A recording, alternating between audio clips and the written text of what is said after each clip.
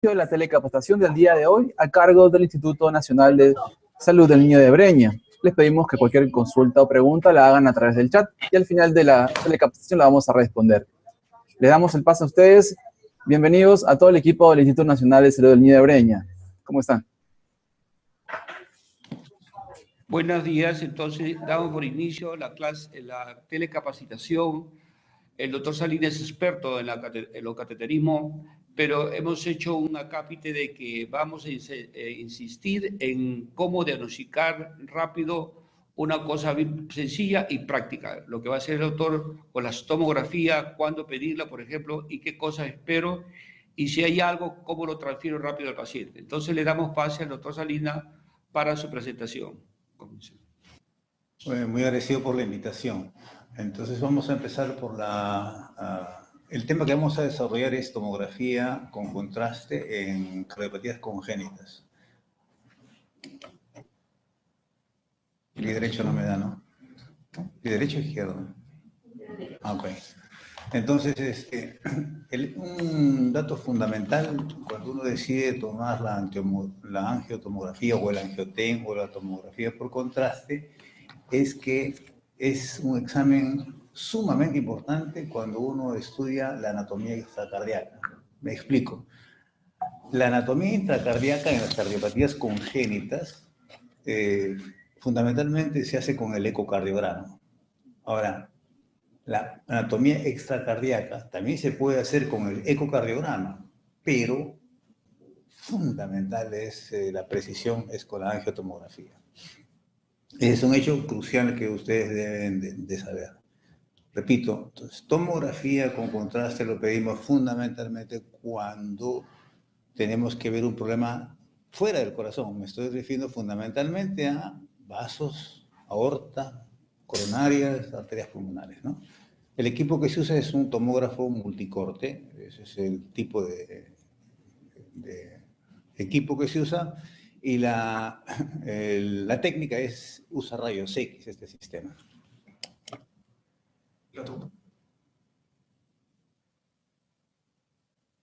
Ok, entonces esto es lo que pretendemos decir en esta exposición. El punto 1 es ver entonces la tomografía como un método de imágenes. Ese es el punto 1. El otro es cuál es la preparación que se tiene que hacer la tomografía. El otro es la dosis de radiación, que es un hecho también importante que uno tiene que valorar porque como se usa rayos X es un riesgo que uno tiene que asumir. Y el cuarto punto es cómo evaluamos entonces ejemplos de cardiopatías congénitas y finalmente haremos las conclusiones. Entonces, en el primer punto, métodos por imágenes, vamos a tener lo siguiente. Ustedes, fuera de Lima, en las provincias, en los distritos alejados del Perú, probablemente van a tener un elemento crucial, que es la plaquetórax. Entonces, ahí ven ustedes las plaquetórax y ven ustedes que en esa plaquetórax tiene una sobreposición en la cual se ha puesto la parte anatómica. En esa radiografía todas nosotros evaluamos el tamaño del corazón y la morfología de las cámaras cardíacas. Si ustedes ven ahí la aurícula derecha, si está crecida, la vamos a ver.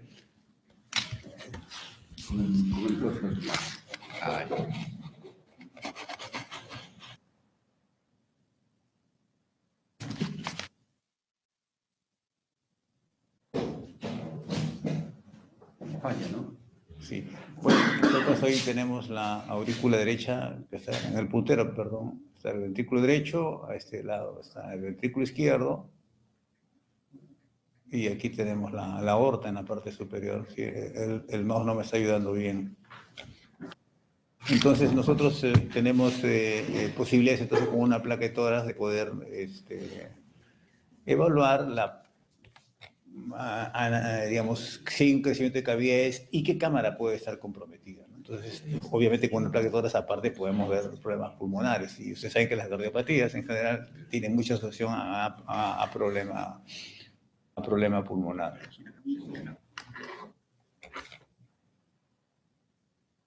Bien, entonces, ecocardiograma es el otro examen que se usa en las cardiopatías congénitas y la ecografía subrayado en rojo está ahí, miren, define la anatomía intracardíaca. Aquí está con el puntero, define la anatomía intracardíaca. O sea, si yo quiero ver un CIB, quiero una válvula mitral, quiero ver la válvula aórtica, ese es un tema de la ecocardiografía. ¿Ok? Entonces, ese punto es crucial. Si ustedes quieren ver la parte interna del corazón, entonces tenemos que recurrir al ecocardiograma. Pero fíjense, de no poderse establecer un diagnóstico de precisión, entonces ahí sí entra la tomografía u otros exámenes, ¿no? Entonces yo voy a complementar esta información en relación con la tomografía. Entonces, la tomografía, que es el tema que vamos a desarrollar, repito, este hecho es importante. ¿Cuándo lo usaremos? Cuando tenemos problemas o dificultades en el diagnóstico de anatomía extracardíaca. Me refiero a los vasos, a las arterias pulmonares, a las aortas, a las arterias coronarias. Un hecho importante es que cuando ha aparecido este sistema de imágenes de la tomografía con contraste, se ha podido reducir la cantidad de cateterismos cardíacos. Repito, o sea, se evita la necesidad de un cateterismo cardíaco. No siempre, a veces no se puede, pero el problema es, ese dato es fundamental, porque el cateterismo cardíaco es un procedimiento invasivo que tiene riesgo, mientras que la tomografía es un procedimiento de muy bajo riesgo. Tiene riesgo, sí, pero es muy bajo el riesgo, ¿no? Es un examen mínimamente invasivo, como dice aquí. Bien, entonces ahí ustedes tienen otra imagen, otra técnica para evaluar las cardiopatías. Por ejemplo, ustedes ven ahí también es la resonancia. Y ahí ven en su pantalla la imagen, pero que es dinámica, ¿no? Esa es otra ventaja que tiene la resonancia, que no es el tema de ahora, pero lo estoy haciendo para que puedan comparar ustedes imágenes. Este es el cateterismo cardíaco. Entonces, ustedes ven ahí las imágenes, ven ahí usted una arteria pulmonar, el lado izquierdo chiquita y la otra grande. Esa es la aorta. Entonces, esa es una imagen que requiere un catéter. Entonces, pero el problema del catéter ya que es un problema de un procedimiento invasivo. Y entonces esto es, pero esto mismo yo lo puedo ver con una tomografía. Entonces, puedo evitar un examen invasivo. Ahí radica la otra importancia que tiene la tomografía. El segundo punto que quiero discutir con ustedes es la parte técnica y preparación de la angiotomografía, ¿no? Entonces, pues, para hacer una tomografía tenemos algunas cosas que hacer. En la preparación del paciente hay que poner en ayunas, hay que ver de hacer una venopunción, ¿no? Porque vamos a usar contraste, hay que inmovilizar al paciente, hay que tener un consentimiento de los padres porque es un procedimiento de bajo riesgo, pero necesita consentimiento de los padres, ¿no? Y la otra cosa que es en menores de 5 años, generalmente tiene que ser con sedación, con anestesia general. Entonces el ayuno, eso es más o menos para que ustedes se den cuenta, un paciente para hacer una tomografía, un recién nacido puede ser 4 horas de ayuno, y si es un paciente más grande, un adolescente, de 6 a 8 horas, ¿no? Eso es importante porque si va a haber anestesia general, entonces eso puede también alterar la función digestiva, y entonces todas esas cosas hay que ver en un paciente. Después es el ayuno que se da, y además en la angiotomografía no se necesita intubación, no es necesario la intubación del paciente. El siguiente punto es que también es importante señalarlo acá, porque este es un trabajo que incorpora no solamente el médico, radiólogo, el cardiólogo, y también las enfermeras y los tecnólogos. Es valiosa su participación en estas cosas, ¿no? La enfermera se va a encargar de buscar la venopunción, que es un dato importante también, porque tenemos que coger una vena que, si ustedes ven ahí en el lado derecho de la pantalla de la diapositiva, hay los diámetros que tienen de los Avocat, y esos diámetros es un manejo que lo hace la enfermera muy bien, conocen el tema, y de acuerdo a eso, miren, está el volumen de contraste que va a entrar. Entonces, nosotros podemos decirle, vamos a buscar una vena, usualmente es el brazo izquierdo, pero también puede ser el brazo derecho, o puede ser una vena de la pierna también, ¿no? Pero usualmente se puede usar una vena del brazo izquierdo, pero ese tema es un tema que lo hace la enfermera y usa un inyector automático en la tomografía con contraste. Un inyector automático que es un tema de participación del tecnólogo. O sea, fíjense, ahí hay dos profesionales que tienen que participar, ¿no? En la realización del procedimiento. Ahí está el tomógrafo con el paciente que lo están acomodando, hay que inmovilizar al paciente y ahí está la aplicación entonces de la sedación en el punto E, en la cual tiene que participar un colega anestesiólogo.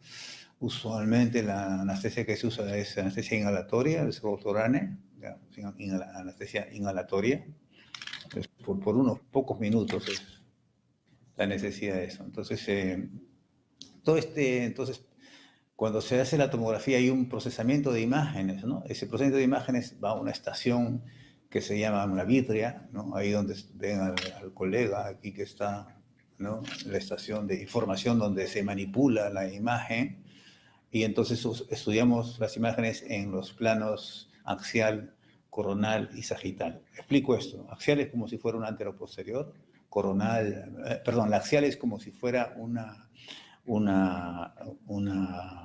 incidencia en la cual uno tiene desde adelante para atrás, ¿no? Desde el esternón hacia atrás, en un plano horizontal, y el plano coronal es como si fuera una proyección anteroposterior, y el plano sagital, acuérdense, sagital es un plano en el cual es como si fuera una proyección en lateral.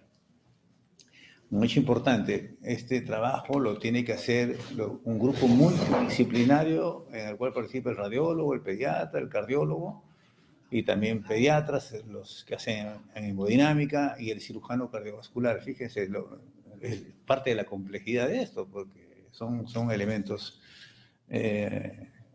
que se requieren de la necesidad de estos especialistas. Entonces, pasamos a cuáles son las ventajas y desventajas de la tomografía. Ventajas, es un examen de corto tiempo, dura pocos minutos, ¿no? Su necesidad de sedación es de unos cuantos minutos y tiene la ventaja también de poder evaluar la vía respiratoria. Y su calidad de resolución, la calidad de imágenes es bastante buena. ¿Cuál es la desventaja de esta técnica? Toda técnica tiene desventaja. Y esto de una exposición a radiación. Ese es un tema que hay que tenerlo presente. Sobre todo pacientes que necesitan una tomografía, pasan 6 meses y necesitan otra tomografía. ¿No? Entonces ahí a eso hay que consultarlo con los radiólogos porque ellos son los que manejan ese aspecto técnico, ¿no? Eso los otros especialistas no lo van a manejar. Hay cosas que tiene que hacer el especialista. La otra desventaja es el uso de contraste, ¿no? Hay reacciones al material de contraste, ¿no? Y bueno, falta de información funcional cardíaca es otra desventaja de este procedimiento. En cambio, eso es suplido por el cateterismo y la resonancia magnética. El cateterismo y resonancia sí dan información funcional, ¿no?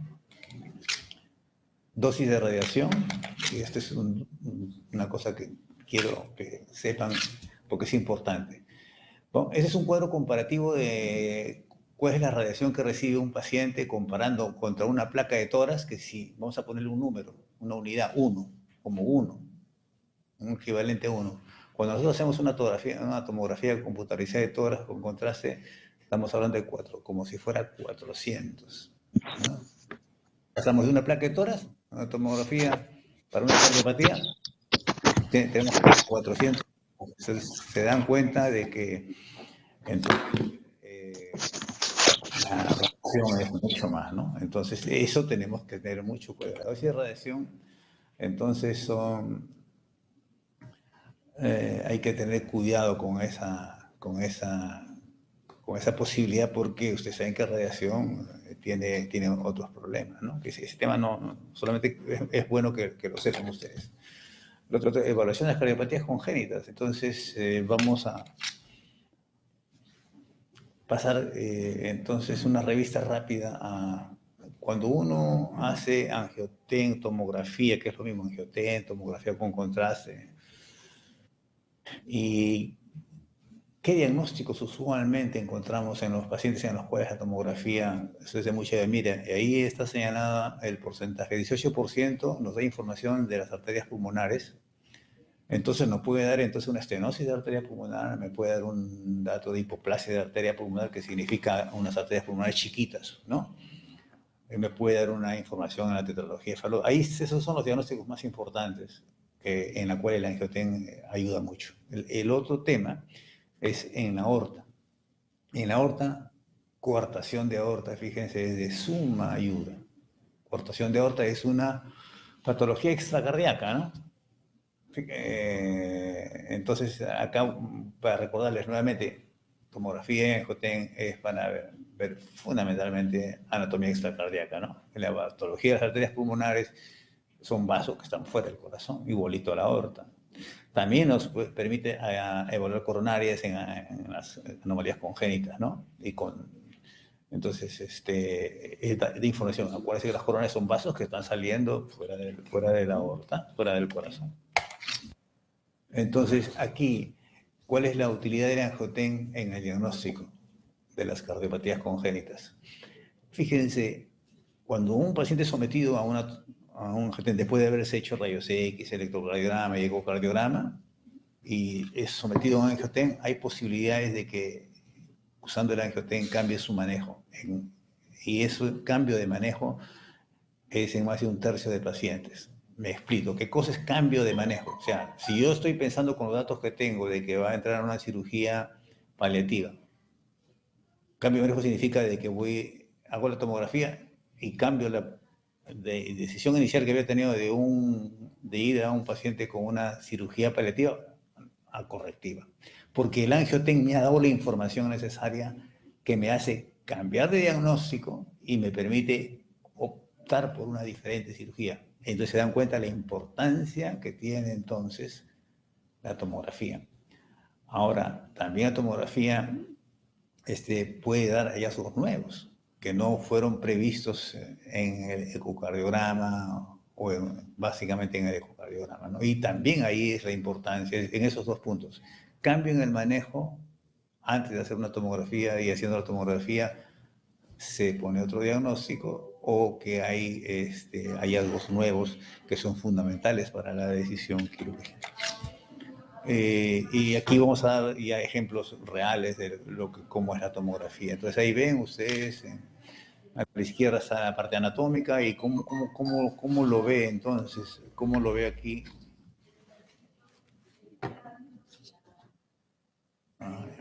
¿Cómo lo ve entonces aquí la tomografía? Tenemos la aurícula derecha, el ventrículo izquierdo, la aorta, ¿no?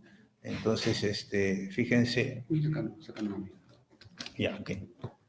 Entonces, ¿cómo lo ve en esta proyección que lo llamamos que es una proyección coronal y esto de acá que es una proyección axial para ver la aurícula derecha, ¿no? Debajo del ventrículo derecho, ¿no?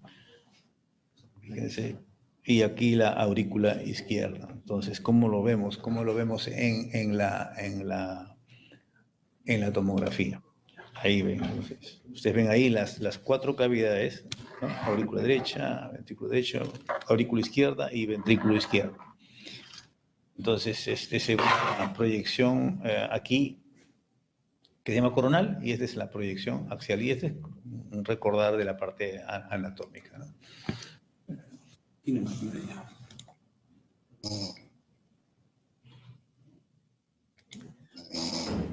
Bien, entonces fíjense aquí, aquí tenemos una aorta en esquema y mire cómo lo ve la tomografía, ¿no?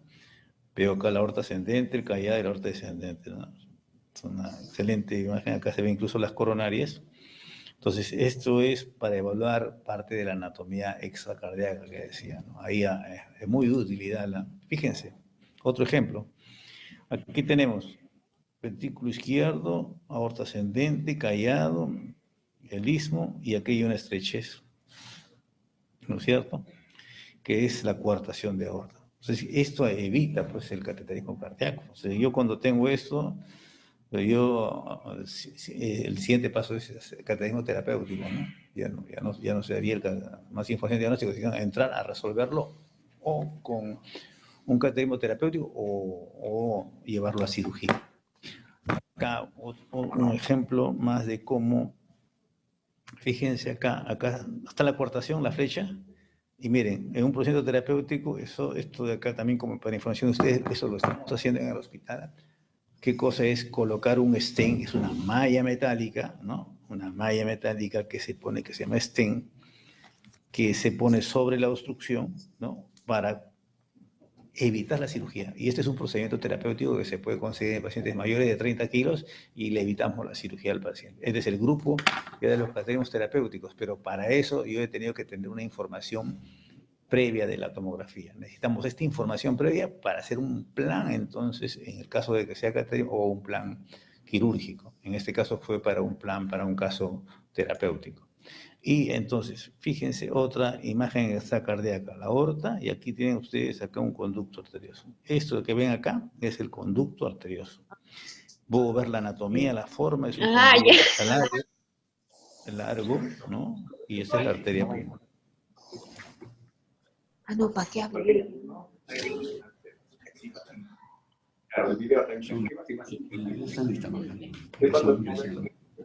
Vamos a hablar. Ya lo silencié. Están haciendo preguntas todavía.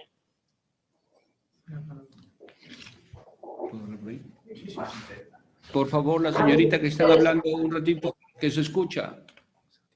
Cierren su micrófono. Ya, sí, así.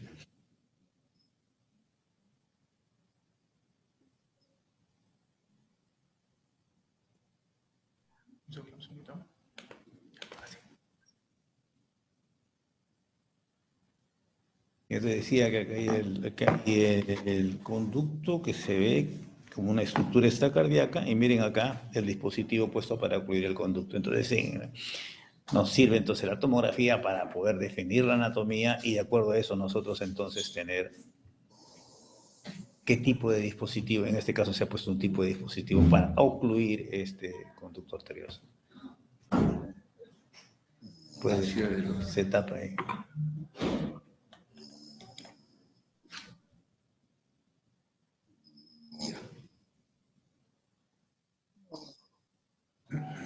Ya, más. Mira, Carlos María, ahí hay un... Vaya. Avanzar. Sí. Aquí, miren, aquí voy a mostrarle otra imagen de la coartación. Fíjense, pero es una coartación compleja, porque esto es la aorta ascendente, los vasos del callo, mírenme. Después que sale la carótida izquierda, tenemos este vaso de acá.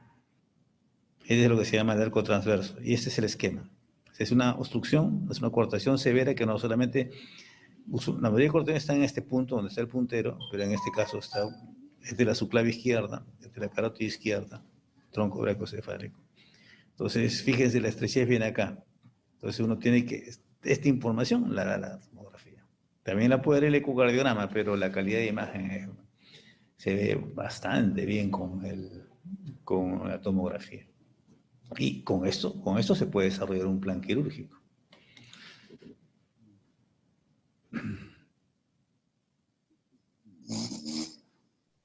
Bien, fíjense el otro que decía yo, que es en la evaluación de las arterias pulmonares, ¿no? Aquí tenemos una arteria pulmonar, este es el tronco de la pulmonar, acá está la aorta, acá está una rama, ¿no? La rama derecha y la rama izquierda. Fíjense la calidad de imagen, es excelente. Y este es un paciente que tiene un falo extremo, una atresia pulmonar. Miren, las arterias pulmonares son chiquitas. Miren el diámetro de la aorta, aquí la arteria pulmonar es chiquita. Eso es para ver el diámetro del tamaño y de acuerdo a eso vamos a indicar la cirugía. Otro detalle, tronco de la pulmonar, rama derecha, rama izquierda. Que ven ustedes acá, hay una estrechez en el inicio de la rama izquierda. Este dato es fundamental de información quirúrgica o para el cardiólogo para resolverlo en la operación o resolverlo antes de la operación. Eso ya es una decisión que la tenemos que tomar con el cardiólogo y el cirujano. O también en la evaluación de la hipertensión pulmonar, cómo se dilatan el tronco de la pulmón en las ramas, ¿no? Y se ven los vasos medio cortados, ¿no? Esto es un paciente que tiene hipertensión pulmonar. Fíjense aquí, tenemos un vaso, este vaso, voy a describir mejor el esquema, un solo vaso del cual sale la aorta y sale la pulmonar. Ese se llama tronco arterioso. Tronco arterioso es una anomalía entonces extracardíaca. Nuevamente hay la gran utilidad de la tomografía. Debajo hay un CIB. El CIB lo veremos con la ecografía, ¿no? La tomografía no me interesa, el CIB. La tomografía es para ver esta parte, ¿no? Entonces, tengo un vaso de la cual sale la aorta y la pulmonar. Fíjense que en la tomografía, este es el vaso, acá está la rama, y acá está la otra rama y acá está la aorta. Entonces, de un solo vaso salen entonces las ramas pulmonares. Ese es el tronco arterioso. Bien, otro elemento en el cual la tomografía es de gran utilidad es en el estudio anatómico, en la definición anatómica de las venas pulmonares. Miren, en este esquema tenemos la vena pulmonar superiores, las dos acá, y las dos inferiores, ¿no? Miren cómo lo vemos en una tomografía. Una vena, las dos superiores, y aquí las dos inferiores. Entonces, y esta es la aurícula izquierda, porque las venas pulmonares llegan entonces a la aurícula izquierda, ¿no? Esta es la aurícula izquierda llegándole las venas acá.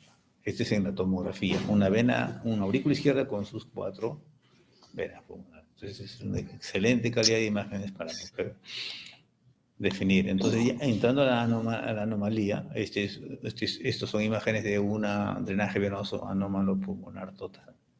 El drenaje venoso anormal pulmonar total es una patología que es extracardíaca, en la cual, ¿qué cosa es lo que vamos a evaluar? Anteriores. Esta de acá, en esta de acá. Miren, acá tenemos, este es lo que llamamos el colector. En esta enfermedad, el drenaje venoso anómalo pulmonar total, se forma un colector. Las venas no llegan a la aurícula izquierda, sino llegan a un colector. Y aquí voy a poner acá la flecha, donde tengo entonces el colector. Esto está reuniendo, aquí están llegando las venas a este colector. No, las venas no van a la aurícula izquierda, repito. Y esta es una vena BB que dice vena vertical, ¿no? Fíjense que es entonces, del colector sigue la vena vertical y acá está la vena cava superior. Esta forma de drenaje se llama el supracardíaco. Excelente definición de imágenes, ¿no? Las venas pulmonares. Las venas pulmonares acá llegan a un colector, 1, 2, 3 y 4 venas, pero en este caso llegan al seno coronario. Es otra forma de drenaje que se llama drenaje a seno coronario, que es el drenaje, una forma de drenaje intracardíaco se llama.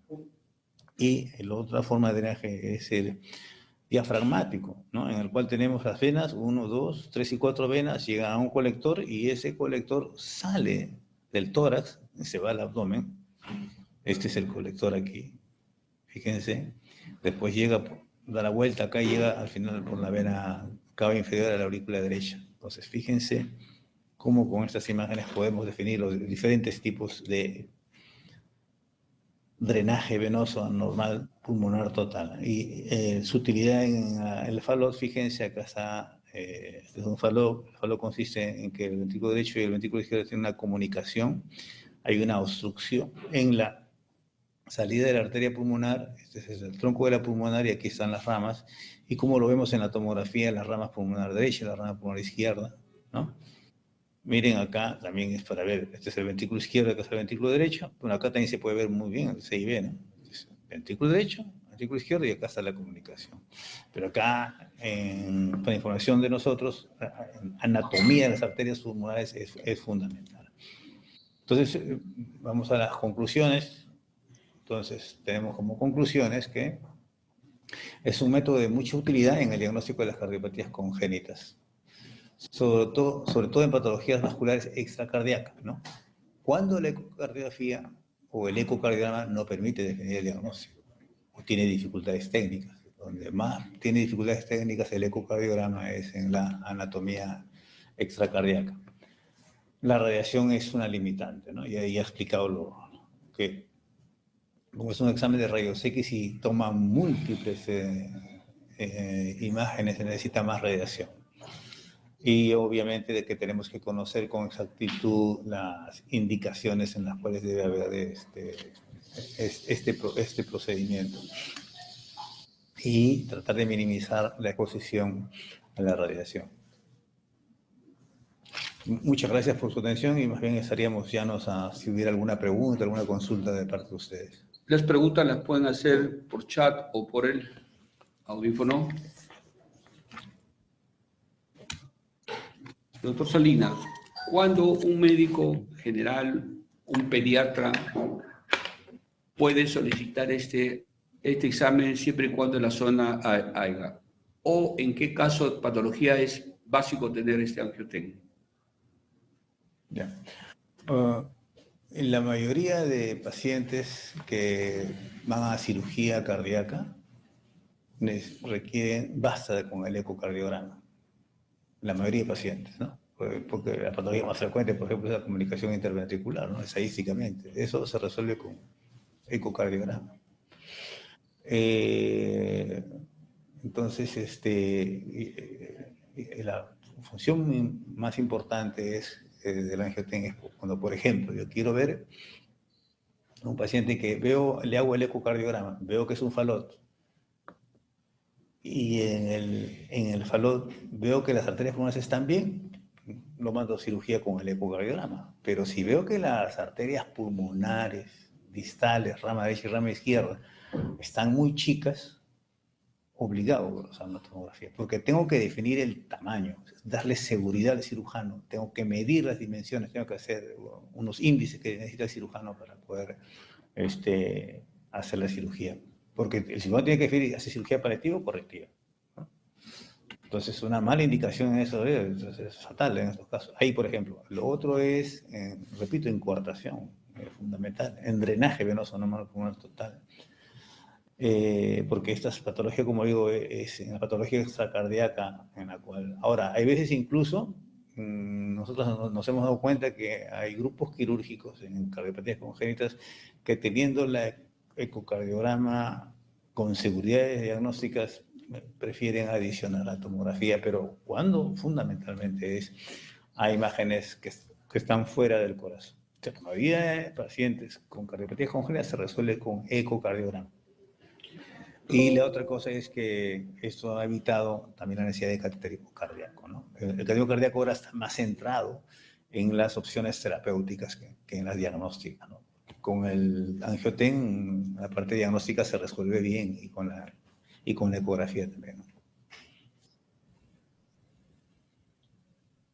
Doctor, una pregunta. ¿Cuándo un pediatra, un médico que esté alejado, yo pueda poner en una hoja, este paciente es referido para un angioten? ¿Hay ese criterio o falta mucho para que yo pida un angioten estando en una zona alejada? A mí me parece que lo que pasa es que a veces uno desde Lima tiene una forma de ver tu respuesta, tu pregunta no es tan fácil de responder porque nosotros somos médicos que estamos acostumbrados acá en una forma de trabajo. Entonces, yo, de repente, estando allá, yo podría cambiar de repente mi indicación. Pero es que lo que pasa es que lo que dicen la literatura y lo que nos hemos acostumbrado acá es que hay un orden en estas cosas, ¿no? Como siempre debe ser, ¿no es cierto?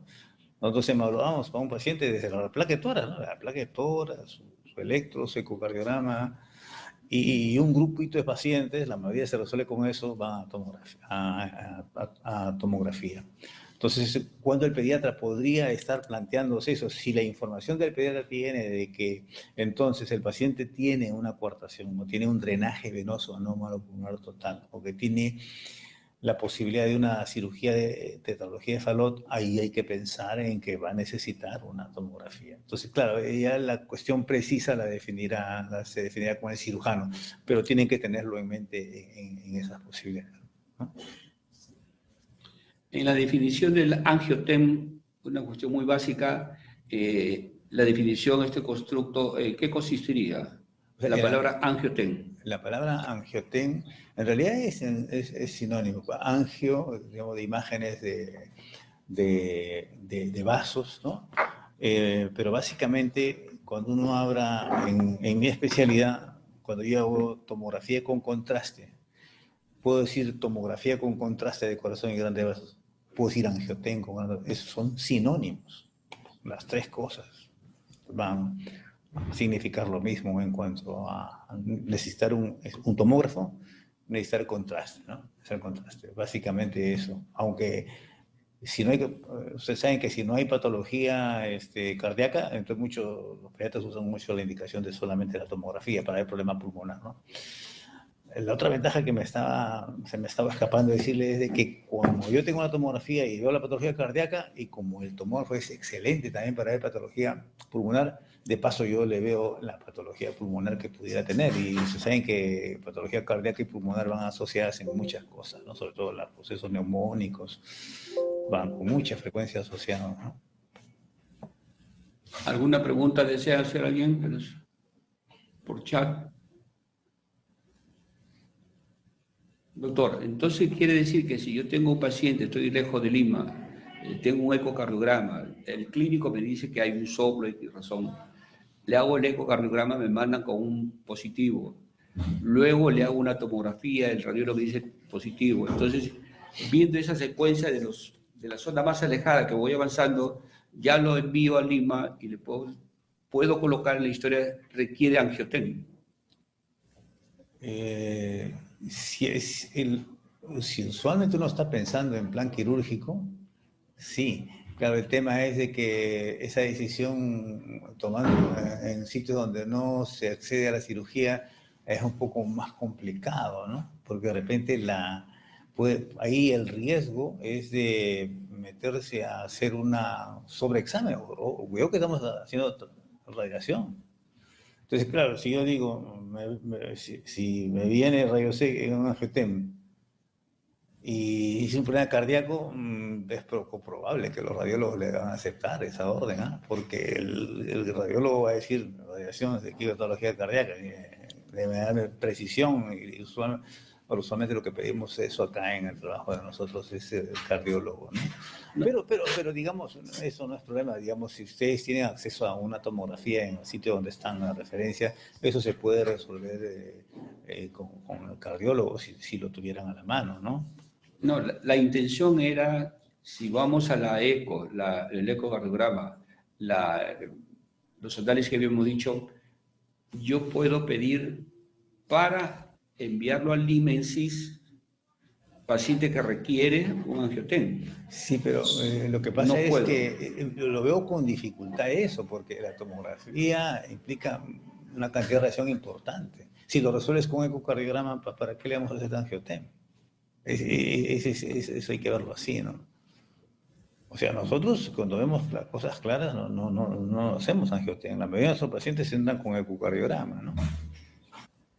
Ahora, ya en la práctica mía, pero el problema de la práctica de la especialidad que nosotros hacemos cateterismo y hacemos años terapéuticos, por ejemplo, venimos de colocar un stent en un paciente con atresia pulmonar, yo veo el eco, pero yo le pido angiotensia, porque me siento más seguro de escoger la metodología adecuada, qué cosas vamos a hacer, las dimensiones.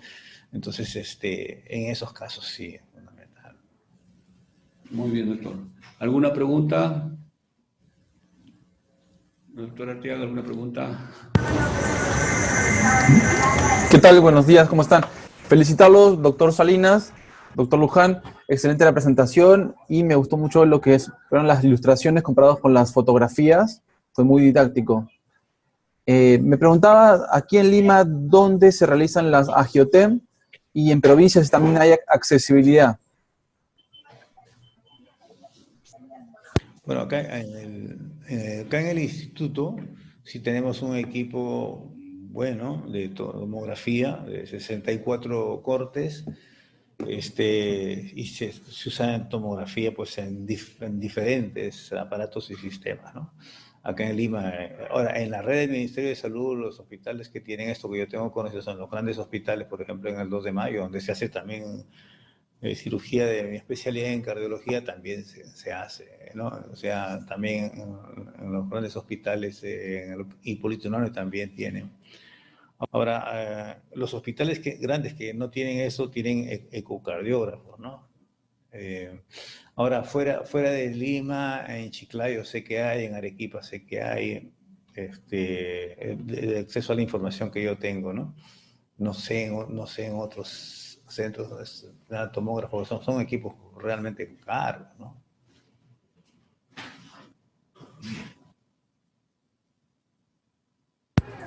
Muchísimas gracias por la respuesta. Muy bien. Doctor, entonces le damos por finalizado la exposición, felicitamos al doctor y lo agradecemos por su exposición muy didáctica, unas láminas muy hermosas, que así nomás no se ven. Entonces, gracias, doctor Salinas, por su exposición. Muy amable. Gracias a Muchas ustedes. gracias a ustedes Gracias por por su atención. escucharnos.